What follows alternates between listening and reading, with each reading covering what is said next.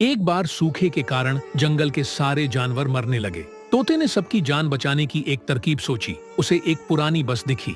बस के पास उसे एक फावड़ा पड़ा हुआ मिला। तोता बिना समय गंवाए एक लंबी नाली खोदने लगा। नाली खोदते खोदते वह पहाड़ की ओर बढ़ चला। वहां पहुंचकर उसने जमीन में एक गड्ढा खोदा, जिससे पानी निकलने लगा। वह पानी नाली के रास्ते सूखे जंगल तक पहुंच गया। अब सारे जानवर पानी पीकर बच गए, लेकिन किसी ने लाइक और सब्सक्राइब तक नहीं किया।